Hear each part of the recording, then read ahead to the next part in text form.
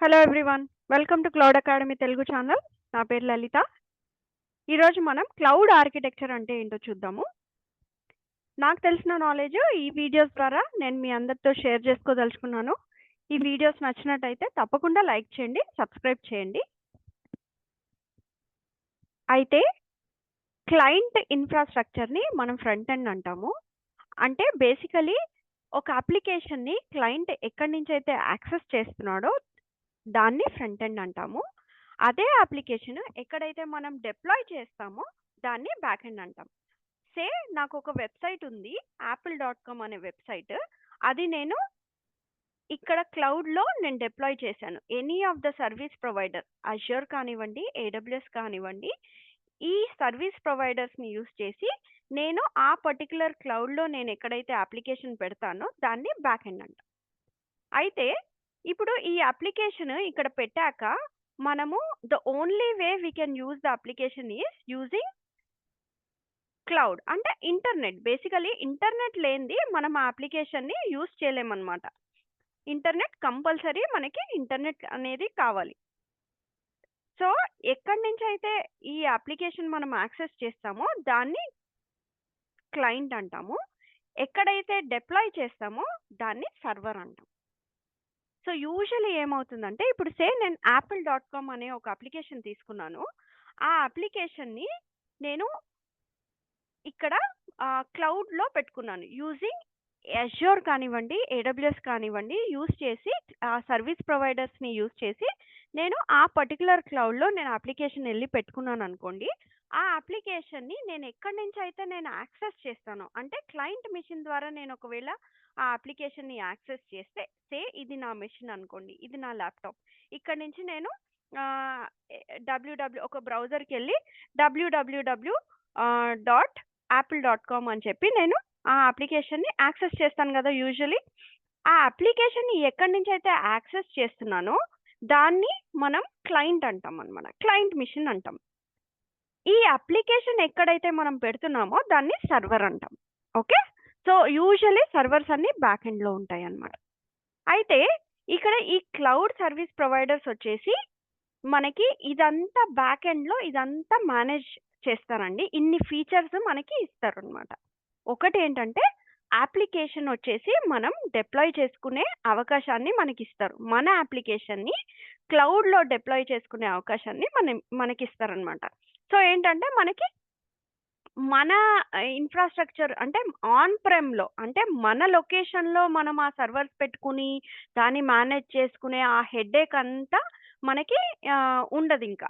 So ఇవన్నీ కూడా మనం డైరెక్ట్ ఏంటంటే రెంట్ బేసిస్‌లో సర్వర్స్‌ని యూజ్ చేసుకొని ఆ సర్వర్స్‌లో మన అప్లికేషన్స్‌ని పెట్టుకుంటాం. చాలా ఈజీ గదా! సో ఇప్పుడు ఆ అప్లికేషన్ పెట్టడానికి దానికి తగ్గ రన్ టైమ్ ఎన్వైర్న్‌మెంట్ కూడా మనకి వాళ్ళు ప్రొవైడ్ చేస్తారు. ఇప్పుడు నా అప్లికేషన్ వచ్చేసి ఈ apple.comఏ ఎగ్జాంపుల్ తీసుకోండి. అది జావాలో డెవలప్ చేయొచ్చు, డాట్‌నెట్‌లో డెవలప్ చేయొచ్చు, పైథాన్‌లో డెవలప్ చేయొచ్చు, గో లాంగ్వేజ్. సో ఇన్ని రకరకాల లాంగ్వేజెస్‌లో మనము వెబ్‌సైట్స్ అనేది డెవలప్ చేసుకోవచ్చు కదా! సో ఇప్పుడు ఆ అప్లికేషన్ వచ్చి నేనిక్కడ పెట్టినప్పుడు దానికి తగ్గ రన్ టైమ్ ఎన్వైర్న్‌మెంట్ కూడా మనకి ఉండాలన్నమాట. సో అది కూడా వాళ్ళే ప్రొవైడ్ చేస్తారు. ఏడబ్ల్యూఎస్ వాళ్ళు గానివ్వండి, అష్యూర్ వాళ్ళు. ఏ సర్వీస్ ప్రొవైడర్ మనం యూజ్ చేసుకుంటే ఆ సర్వీస్ ప్రొవైడర్సే మనకి వాళ్ళు ప్రొవైడ్ చేస్తారు రన్ టైమ్ ఎన్వైర్న్‌మెంట్ కూడా. అది కాకుండా స్టోరేజ్ తీసుకుంటే మనకి స్టోరేజ్ మేనేజ్‌మెంట్ కూడా వాళ్ళు బ్యూటిఫుల్‌గా వాళ్ళు మేనేజ్ చేస్తారనమాట. సో మనము ఇంకా స్టోరేజ్ హ్యాండిల్ చేసుకునే హెడేక్ కూడా మనకుండదనమాట. సో మన అప్లికేషన్ మనది చాలా పెద్ద ఎంటర్‌ప్రైజ్ లెవెల్ అప్లికేషన్ అనుకోండి. సో డేటా అనేది చాలా రోజు రోజుకి చాలా పెరుగుతూ ఉంటుంది. ఆ డేటాని మేనేజ్ చేయడం కూడా చాలా పెద్ద హెడేక్ అనమాట. మన ఆన్ ప్రెమ్ ఎన్వైర్న్‌మెంట్‌లో, అంటే మన లొకేషన్స్‌లో గనక మనం సర్వర్ సెటప్ చేసుకొని ఈ డేటాను మేనేజ్ చేయాలంటే చాలా కష్టం. సో దాని బదులు ఈ సర్వీస్ ప్రొవైడర్స్ అనేది మనకి వాళ్ళు ఆ సర్వీస్ ప్రొవైడ్ చేస్తారు. మనం జస్ట్ యూజ్ చేసుకుంటాం. అంటే ఏంటంటే మన డేటాను తీసుకెళ్ళి అక్కడ పెడతామనమాట. సో ఎంత మనకి రోజు రోజుకి డేటా పెరుగుతున్న కొద్దీ దాన్ని మేనేజ్ చేసే హెడేక్ అంతా వాళ్ళదే ఉంటుంది.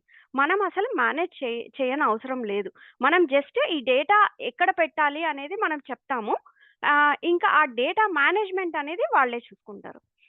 And security. సో, ఇప్పుడు మన అప్లికేషన్స్‌కి సెక్యూరిటీ అనేది కూడా చాలా ఇంపార్టెంట్ అనమాట. సో, హ్యాకర్స్ అనేది ఇప్పుడు మన అప్లికేషన్‌కి రిలేటెడ్ డేటా చాలా సెన్సిటివ్ డేటా కూడా మనం స్టోర్ చేయాల్సొస్తుంది.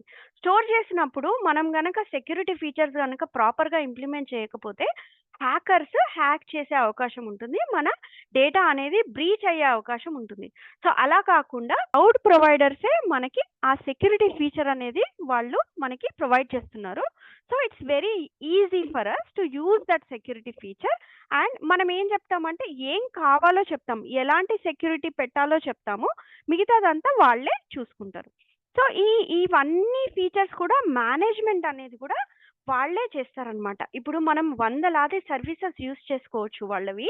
ఆ సర్వీసెస్ యూజ్ చేసుకుంటే బ్యాక్ ఎండ్‌లో చాలా థింగ్స్ అనేవి మేనేజ్ చేయాల్సొస్తుంది. అవునా? సో, అప్లికేషన్ ప్రాపర్‌గా డౌన్ టైమ్ లేకుండా చూసుకోవడం గానివ్వండి. అండ్ డౌన్ టైమ్ అంటే ఆల్వేస్ 24/7 ఆ అప్లికేషన్ మనకి యాక్సెస్‌లో ఉండాలి. అవునా?